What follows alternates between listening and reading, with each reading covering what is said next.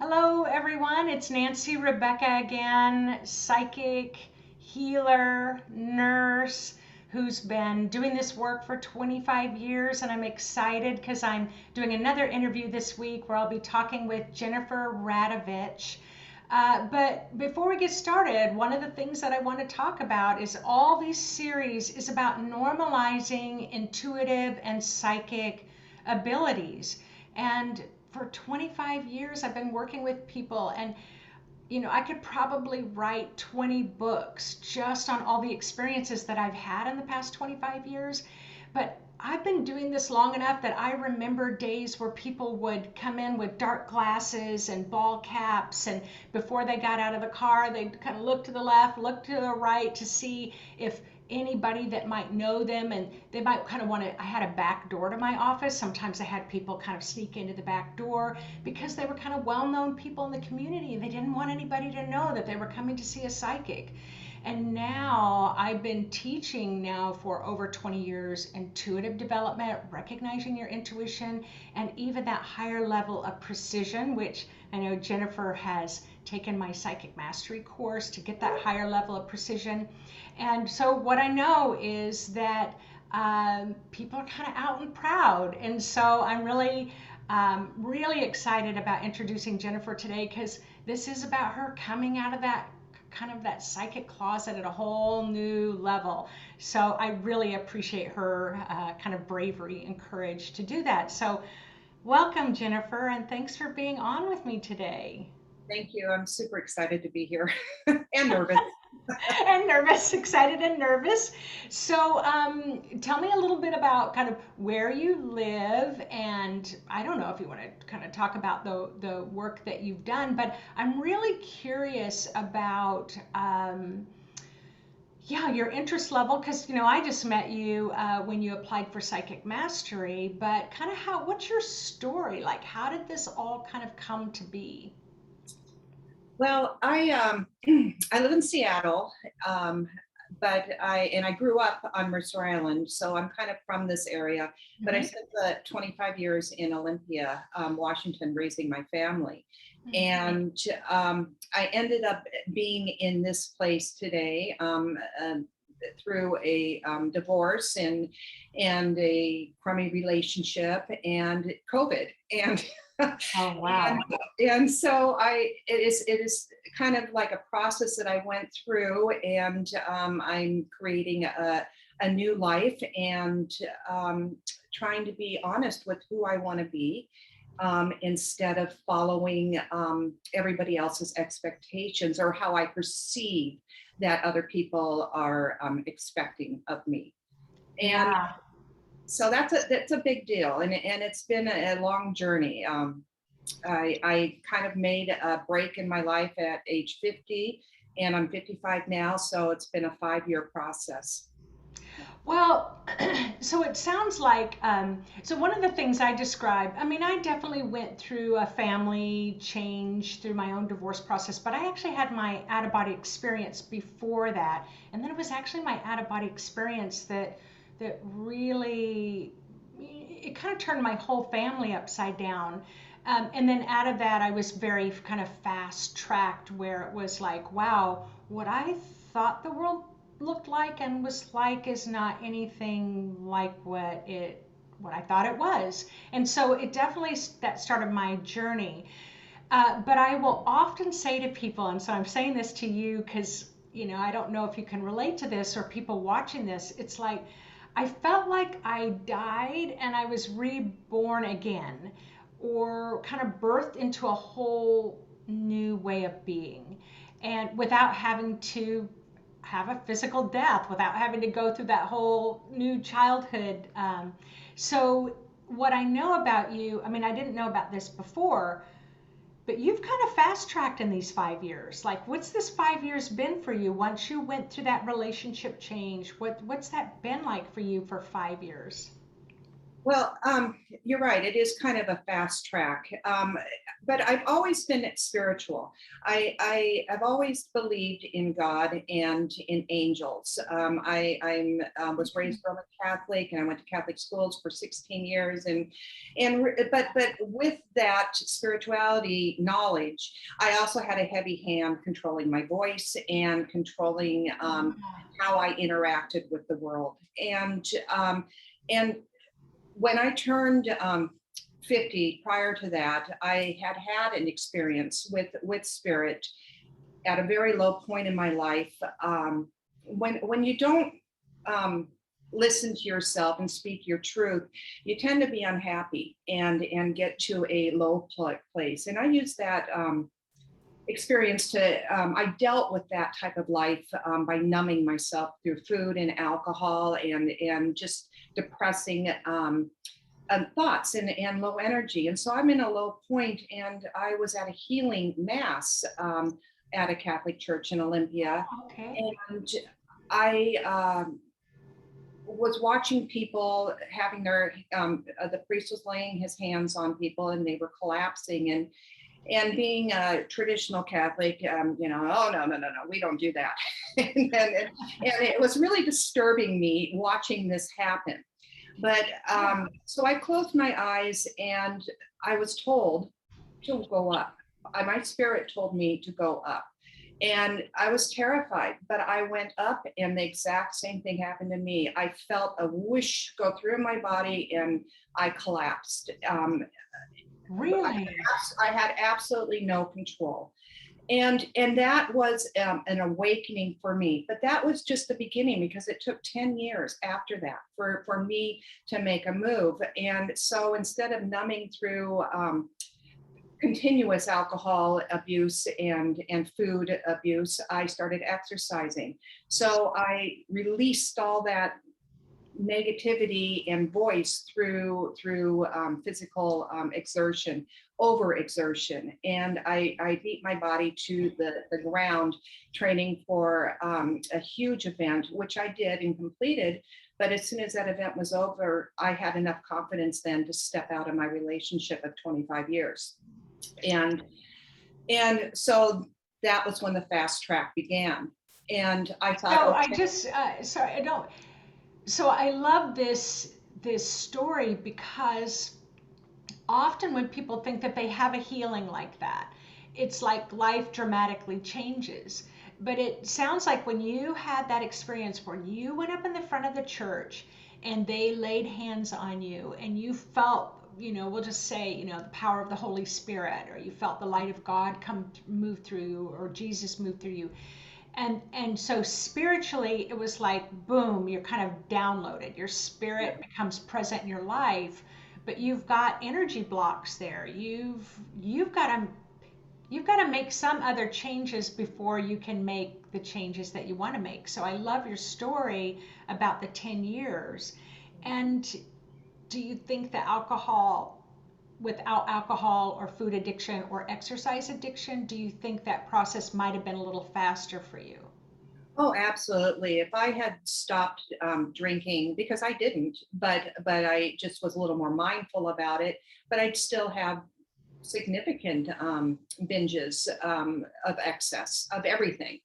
It wasn't just one thing or another. It was whatever was within reach to help make myself feel better about the place I was in, because and the place I was in was low because I wasn't using my voice, and I wasn't being true to myself. And it's funny because my children, who were teenagers at the time, would say, "Mom, why are you always yelling?"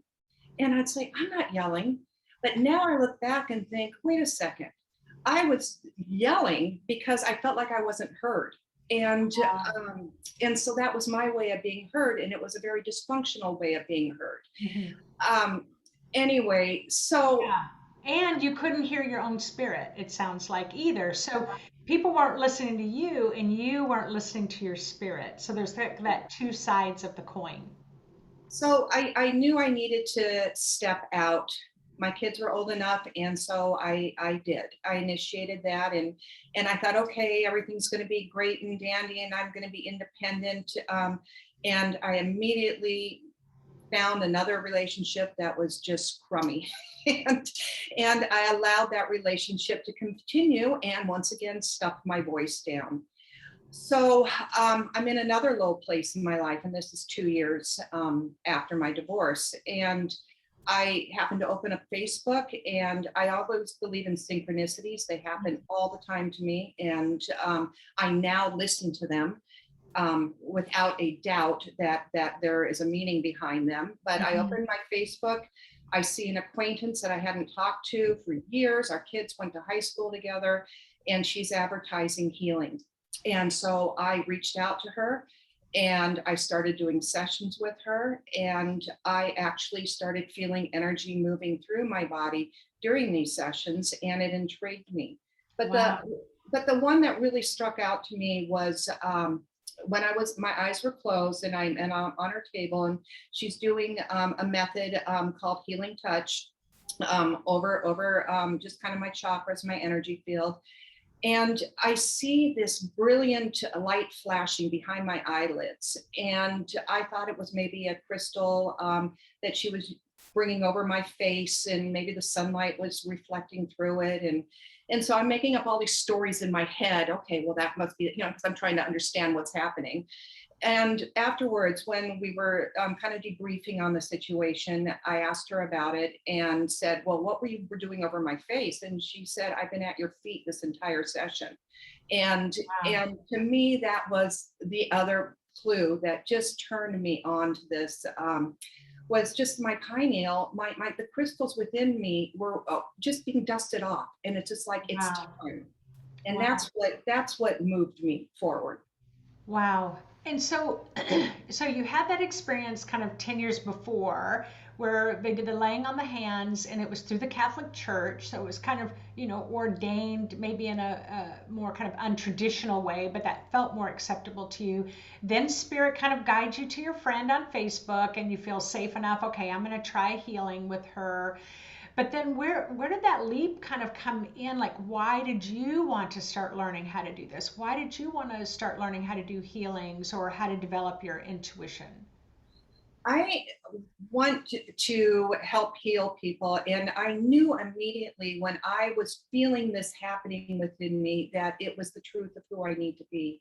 Mm, And it's the truth of where I feel called to serve for the greatest good. And um, it's really it's hard for me to express, but when I after I left that appointment where I just had this kind of like a wow moment, it really struck up my curiosity. So I said, okay, now what is she doing and why is she doing this? And so I opened up her bio and I finally read her bio, and it listed all the things that all the classes she had taken and all the places and the institutes, and the intuitive mind was one of them.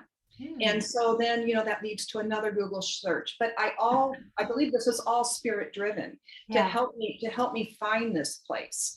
And so because of the feelings and the experiences that I was feeling and that I wanted to then share with others, I started taking classes. I started taking healing touch classes. I made it through level 4.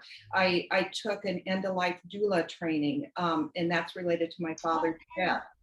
And then I took the intuitive mind weekend courses, level 1 and 2.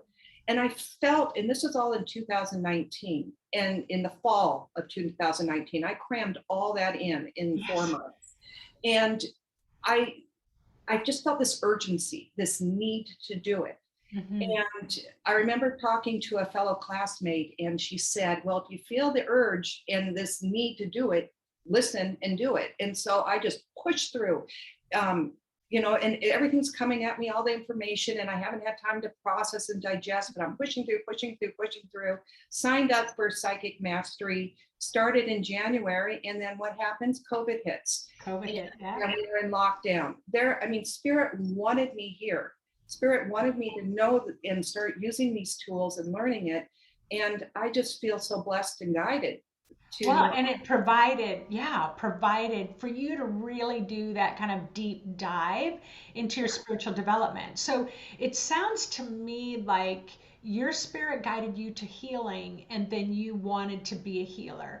And I know, like, I have a lot of tools in my toolbox, and I've really developed a high skill level in psychic medium healing ability. But I thought if I had to choose one word, that one word for me would be healer. That is ultimately what as a nurse, to be able to heal people as a nurse. I chose, clearly my spirit helped me choose a profession as a nurse to be able to get out those healing abilities through nursing, through kind of a clinical setting.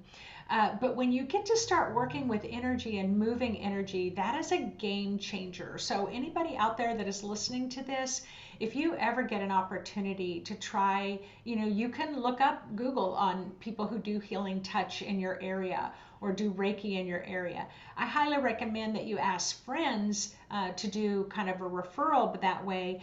But yes, that the same thing happened to me. I remember that first time on a table where one of my fellow hospice nurses was like, "Look, I'm taking these classes. Can I use you as a guinea pig?" And I had a profound experience with that as well. So it sounds like that's kind of the direction you're going, is that you really want to be able to be in service to others, to help others in the ways that you found help. And what's really interesting is I've always resonated with the word healer, and it has always rung true to me. And I chose this profession as a special ed teacher, and then I was a mother, and then I was a personal trainer, and then I was a life or a health coach in the gym, and I've Oh, been a wow. caregiver. And my mission in healing has always been to help uplift and the spirit of people, and help them see how beautiful they are, and the gifts that they have to offer, and to help tone down those limiting beliefs that we tend to carry. And all of that comes from who I am and the things that I'm healing within myself. And this is my truth, and it feels like I need to share it. Yeah. Well, and overriding that, I know all my students, they kind of get to hear about that. For me, that kind of thorn in my side was insecurity. And I was saying, I don't know who's going to show up today, the confident Nancy or the insecure Nancy. But what I have found is, if I stay, and I'm sharing this, I'm with people because I'm really hoping that this really clicks with you, that if you have your vision about where you're going, and I can hear this in what you're saying, Jennifer. I want to be a healer. I want to help people. I want to emotionally help people. I want to help people feel better about themselves, feel worthy to take care of themselves. Mhm. It's like you've got to hold that vision, so no matter what's coming up for you, when your insecurities on those days, like you call those dark days, those depressive days, when those days come up, you can still keep grabbing that bigger vision so that you can get up out of the bed. Yes, exactly, exactly. And one of the most profound things that you've ever said to me, way, way, way back in one of the classes, you looked me right in the eye and said, "You are not a victim." And that is one of the amazing things that I've learned through this whole process, that I have created all these things in my life, all these experiences. So then to help me grow and then share and connect with others who are also experiencing the same thing, and maybe need a hand. Yeah, that self-esteem piece. And I was in the same kind of cycle of of you don't know how to get out of that cycle. And I know that through meditation and developing that, keeping that vision going, of like, wait a minute, I'm stronger than I realize. And that's that self-esteem piece. That's a third chakra issue. So the third chakra is located, and I'm not telling you, Jennifer, because I know that you know, but I'm explaining this to people who may be watching. It's located above the navel, below the diaphragm area, and it is the energy distribution center, meaning it draws upon your soul to help distribute your light throughout your life. But it's also a self-esteem center. And when your third chakra is really closed down, your self-esteem's really low, you've got to have to kind of grow that muscle, just like you were talking about, Jennifer, as a personal trainer. You had to build up your own physical agility. It's the same with energy. You've got to build that self-esteem muscle, and you've got to let go of those victim blocks Yes. that are blocking you from seeing your own amazingness. And it Right. sounds like that's kind of what you're wanting to do to help other people, other women realize just how incredible they are. And the third chakra is amazing, and that's been actually the second, third, and fourth have been, and fifth have all been pretty major areas that I have been working through myself. But there is also this issue in the heart where you give and give and give as a woman, and it's very hard sometimes to receive, and so it's out of balance. Hmm. And I actually, here's a synchronicity that just happened yesterday. I was doing a healing on my fourth layer about giving and receiving specifically. And I took my dog out for a walk afterwards because there's nothing that just brings me back into where I'm at in the grounded place than walking outside in the woods and by the water. But my dog stopped to take care of himself, and I just happened to just look down, and there was a little button, and it was a yin yang, black and white, about balance. And to me, that was just a synchronicity that was right there waiting for me, to just say, "Hey, I'm with you, Jen." So Wow. and Wow. that happens a lot. That happens a lot because, yeah. Well, and so for me, you'll hear me because I'm always saying, well, I just asked my spirit this, and my spirit said something back. And so a lot of people think that once you decide to start developing your skill, that's how it happens.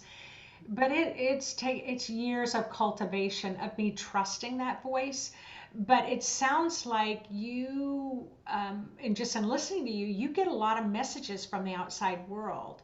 I do. Do you ask for those messages, or do you just know they're going to be there, and do you look for them? Like, how does your spirit get your attention so that you see those messages?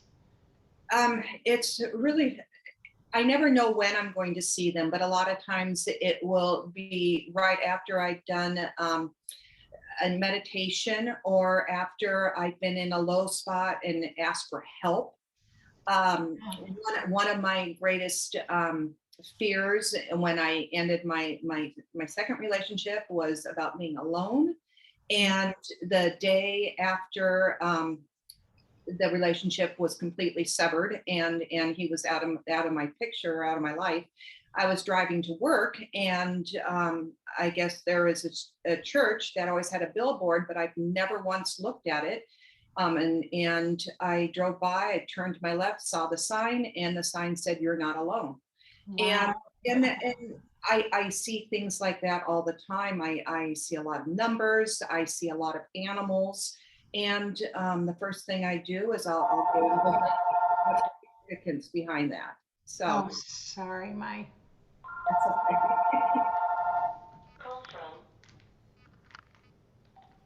Sorry about that. That's And I'm not going to interrupt the interview because I don't know how to edit that. So I hope everybody. no, it's I'm going part to of the let that makeup. go. But and maybe that's a sign. But you're saying that, yeah, seeing that billboard. So you just know you've just grown in your trust that the spirit is communicating to you through the signs around you. And that has been one of the biggest transformations in myself, is trusting in that divine connection and that communication. And I'm a very stubborn person. I'm a Taurus, and I'm also very slow, it's just like, and it's prove, show me, and why, and how, and I'm trying to let go of that. And I keep, I woke up and the other day, and the first word that came into my mind was just let go, trust. And so that's been my mantra. And I keep walking around. And when I have a question about something, I'm just trust, let go, Yeah. trust. Yeah. And that's a challenge, and that's one of the things that I get to work on and grow with. Yeah, and everybody's really different in that. I have got another friend whose spirit's like say yes to everything. And it's like the craziest things will show up in her life and she's like, all right, I'm building my yes muscle. Okay, yes, I'll do that. Moving outside my comfort zone. Yes, And that's not easy to do for anybody who's like, that's outside my comfort zone. For any of us, it is not an easy thing to do. But that's what I say. Like, I remember who I work for. I'm working for spirit. And it's like, okay, you think I can do this? All right, I'm going to say yes, but I don't feel like I can do this. And right. so it sounds like this is kind of what you're doing. You're having to show up as you are cultivating your new business. Yeah. So let me just ask you about your psychic gifts, your psychic abilities. Okay. And I always talk about it, in the form of the kind of the four clairs. So clairsentient, clairaudient, clairvoyant, claircognizant, which is feeling, hearing, seeing, and knowing. So what would you say is the form that you more dominant for you, that you get the ways you get intuitive information? Well, my whole life I've been a feeler. I've always been a feeler, and I learned though that through feeling I have used merging, and I have not had boundaries around myself. And Ah, um, and in the last year, I've become more of a seer in my mind's eye, okay, and I feel, I see, and I hear. okay. Um, and I went back because I was curious if it had changed. And originally, I was predominantly a feeler, but now I'm all three are pretty equal. Hmm.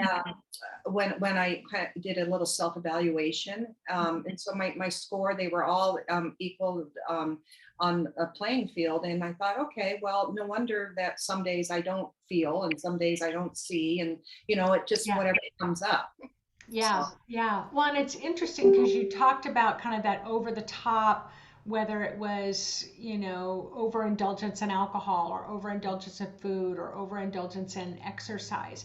Those are all the second chakra. That's kind of, addictions are in the second chakra. And that's about emotional expression. And right now, Spirit is saying in the world right now of where we are, that the body needs to express. It was like, if you can either just walk straight to the kitchen or you can sashay and dance your way into the kitchen.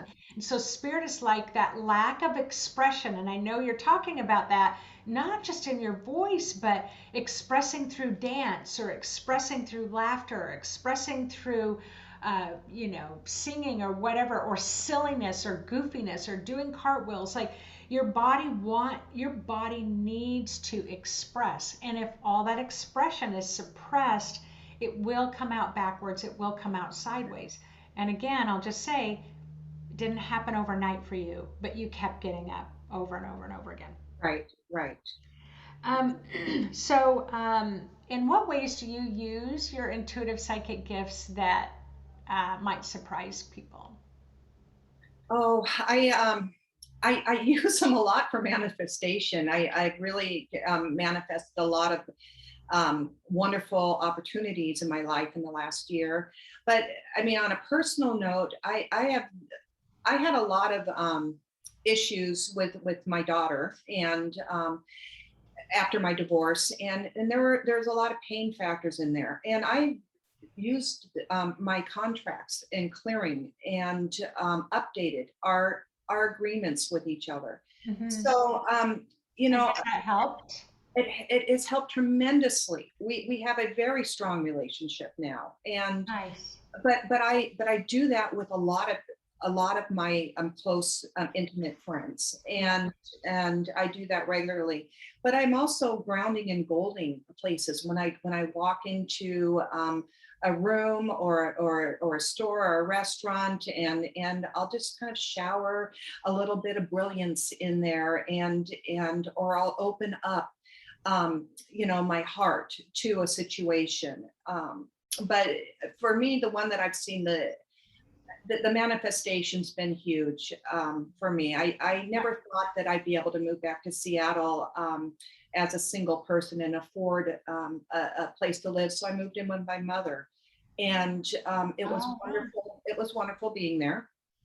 But we are both adults who needed our own space. So Yeah.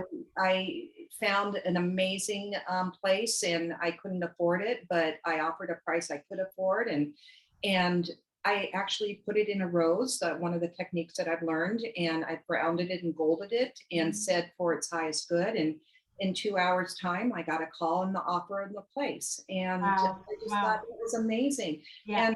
And then I had to create a job because I didn't have a job yet. Oh, you bought the place before you had the job. Yeah, and so I thought, well, okay, because I never thought that I'd get the place. Yeah. And so then I did the same process for creating a job, and then by the next Friday I was offered a job, which allowed me to work from home due to Wow. COVID, and I was living in my place with a job and can pay the rent, and it was wonderful. So, Well, and so this is, in that place of, so I talk about the energetics of being the victim, and I am not trying to kind of under value um, or negate that people have had real struggles, and you have had real struggles. I've had real struggles. But the energetics of being the victim, the victim energetics is disempowering. oh yeah, So it's like, I can't do that, I'm not good enough. I can't do that, I'm not worthy enough. I can't do that because this partner I was just with says I'm a dumb idiot all the time, or I can't do this because nobody in my family's been able to accomplish anything. And so then you're disempowered. And so it sounds like once you kind of found your voice, you start to find your self-esteem. It's like, wait a minute, I am powerful, I can manifest. You have to be in more of a position of power or belief in your ability to create what you want. And it sounds like your spirit and the universe is showing you, look what you created. If yeah, you can create this, what other things can you create? So you've yeah. really turned that around. The other thing you brought up about spiritual contracts and agreements, I just want to mention that as spirit, when you're born into this world, I'm kind of, for the people who are watching this, that you have a spiritual contract with anyone, let's say with your mother or your father or your siblings or a friend or a coworker. Spiritually, you have a contract and agreement to come together to learn something from each other. But sometimes, like Jennifer, you're talking about with your daughter, you might have a contract and agreement with her when she was 3 years old, but now she's 30 years old. She's a grown woman. She's this brilliant, mature adult, and you need to let go of those old 3-year-old contracts so that you can see her as the beautiful adult that she is. And so that's what we kind of teach. That's one of the things we teach in the program. It is very empowering to be able to work with that. It absolutely is. So, do you turn your gifts on and off? No, I feel like they're always there. But they are more on when I'm in a meditative state and when I am setting an intention. And it's really all about, for me, is what is the intention for what I'm doing. And that's when they're on. I don't walk around and I don't see things in colors, and I'm not reading people when I'm walking around. I Yeah. but I am feeling. And one of the things that I do now is I set boundaries between myself and others. And so I'm not going into their space and letting their emotions come into me as much as I used to. You Mhm. know, there are times where I'm better at it than others, but it's definitely something that I do turn on and carry with me. Is Yeah. is Yeah. my boundaries. Yeah, it's definitely, it would be like being blind, and then suddenly you can see, and then it's like, well, are you gonna turn that off? It's like, no, I'm not gonna go back to being blind. It's an extra ability that I have. But but what but yes, most of us don't turn it off, but we will kind of manage it a little differently. Like you said, going into meditation, you allow yourself to be a little bit more expansive. Right. But I want to jump into, so what I know what you had shared with me is that you feel ready Mhm. to start being in service to others. You've been in service to yourself these past 5 years of really growing the strength of your self-esteem, feeling worthy, feeling heard, hearing yourself, not being so connected to whether anybody else hears you or not. And you feel like you're in a position now to hear other people, it sounds like, in Yes. Yes. the work that they're doing. So I know that you don't have a website, but I know that you are in the process of developing it. You're also really kind of have an idea. What's your ideal client that you think that you would like to work with? I have been called to at this time to work with women who are trying to find their inner voice Mm, and to help kind of dissolve some of those limiting beliefs of that what I can and what I can't, and just kind of bring balance to who they are and let them shine. yeah. I that's really it's anybody who really just wants to feel better about themselves from the inside out. So the things that you've grown within you, you know that you're not alone out there. and Exactly. and you want to find others to help them grow themselves as well. So because you are building, and that's, we all have to start somewhere. I started the same, where I would actually knock on my neighbor's door and say, hey, can I do a reading for you? I want to practice this skill and ability. And I did that for quite a few years, and then there was a time where it was like I'd offer these $25 readings, and then it would go to 50, and then it would go to 80. And so I've had this kind of slow buildup over the years. But right now, you don't have a website, but you do have an email, and I will include that in the narrative of this video. But you've got a commitment going on to do offering two readings a week throughout December. Is that correct? Yes, yeah. I recently hired a job coach who is Okay. helping me work through the process of focusing my vision and helping me um, build the practice that I want to build. And while I'm doing this, I still want to give opportunities to work with people and heal and connect. So And that is so you're offering free readings. yes. So if someone watches this video and you would like to help Jennifer Radovich out in building her business, so it sounds like they would email you, you would make contact with them. You're doing your sessions on Zoom. Is that how you're doing it? My sessions are on Zoom unless you're in Seattle and comfortable to coming over to my house. That would be fine too. But yes, on Zoom, and as long as there's an open spot, it may be down the road a little bit if people respond. I'm already starting to build in August, but yeah, Okay. And then all what would you do is just send me an email. And we'll try to set a date and commit to it. Okay. And then what are you hoping back from them? Since there's not a financial exchange, are you hoping for, like, for a testimonial? Like, what would be helpful? Definitely feedback is helpful. Yeah, Uh, and that's a not critiquing on your reading, but just, how it helped kind of change their life or uplift their life. well, as I'm trying to develop my formula, my style, Yeah. my process, any feedback that way on what worked for you, or what you felt um, connected to you on a spiritual level, maybe a couple days after, how you were feeling. That and if you felt so inclined, a testimonial would be awesome. Yeah, because Testimonial would be wonderful. So when you put your new website up, oh yeah, as my coaches will say, you can never have enough testimonials, right, absolutely. and we always appreciate them too.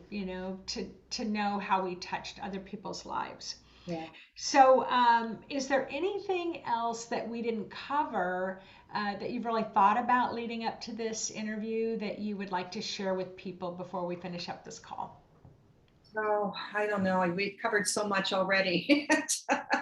And my goal, it's not so much um, to be this ginormous institute and business, but what I want to do is I want to have an interpersonal connection and help uplift um, And others around yeah, me, even if it's just little pieces at a time and little baby steps. I just I know it's around the corner, and I'm just moving forward. yeah, But being called to do something like this, I didn't want to, but my spirit told me, sign up, sign up, sign up, yeah. and do this. And it's another little baby step. So And so for others out there who have intuitive abilities, and are thinking about, how to venture out, or maybe they're feeling a little insecure, what kind of positive, kind of uplifting encouragement would you give them? oh, I I would start. I would inquire on different ways that you can learn, different types of classes that you can take, because to me, that's what validated me and made me feel like, whoa, I'm not alone. There's a whole community out there of like-minded people, Mhm. and and I'm now telling people what I'm doing, and I'm not afraid of it anymore because I know it's true, and Yeah. and it's true for me, and that's what matters. Yes. And Nobody else's opinion right. matters I anymore. love that. I love that. It's true for me. That's all that matters, and no one else's opinions matter. And that is huge growth from the beginning of this call that you told us, where you just didn't have your voice, you couldn't be heard, you were suppressed. And now it's like that just doesn't, my voice matters, my voice aligned with spirit matters. And I love you, but I'm going to do my own thing. Kind of. Yeah. And it's just to let go of that fear and trust. Yeah. That's the message that's been coming to me, is just let go and trust. So Wonderful. if you're thinking about it, or if you've been wondering about it, Yeah. that's the sign to just Google it. Yeah. Start asking questions. Yeah, start asking questions. It is a different world than when I started. I mean, we had yellow pages still when I started. But Jennifer, you are such a bright, radiant, beautiful soul. And I know that anybody watching this video is going to be able to see that in you as well. You've got this warm smile it's very heart opening. I just know that you're going to touch a lot of lives. You're going to be able to fulfill that dream, that calling that you wish to fulfill, and to be able to be that healing presence for others. And I can tell you, just like right away, I feel really comfortable with you. And I know that if I was looking for a healer, you would be one that I would call. So thank you again so much. And yeah, way to put yourself out there. And I hope that you have lots of people contact you in your email, and have fun building your website. All Thank you. right. I'm going to go do a happy dance now. So Okay. All right. Thanks again, Jennifer. thank you.